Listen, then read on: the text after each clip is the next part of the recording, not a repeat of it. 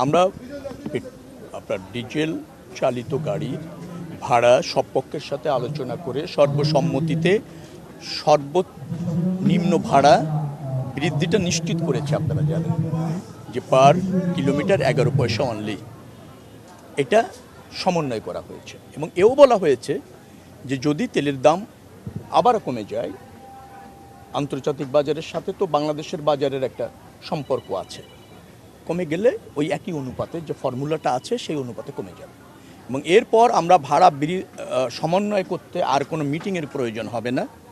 তেলের দাম বাড়লে কমলে যে প্রক্রিয়াটা ভাড়া নির্ধারিত হয় বা বিবেচনায় নেওয়া হয় সেটা প্রতিষ্ঠিত একটা প্রক্রিয়া, ওই অনুপাতে সমন্বয় করা হবে।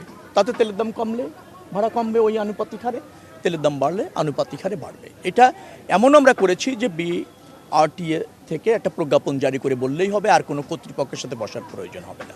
যার মানে আমরা একটা স্বচ্ছ প্রক্রিয়া এবং স্বচ্ছ ব্যবস্থাপনায় এসেছি। এটা নিয়ে কোনো অসন্তোষ থাকার কোনো সুযোগ নেই। আর যেভাবে সরকার এবং সব পক্ষ মিলে নির্ধারণ করা হয়েছে ভাড়া বৃদ্ধির প্রজ্ঞাপন যেটা যুক্ত হয়েছে, তার ব্যত্যয় থাকার কোনো সুযোগ নেই।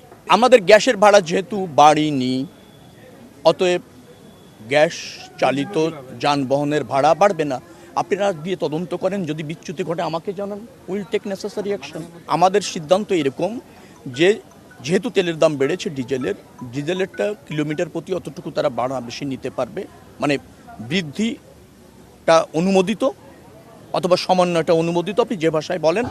আর যেটা গ্যাস চালিত তাতে যে ভাড়া আগে বহাল ছিল সেটাই থাকবে, এর বিচ্যুতি হওয়ার কোনো সুযোগ নেই।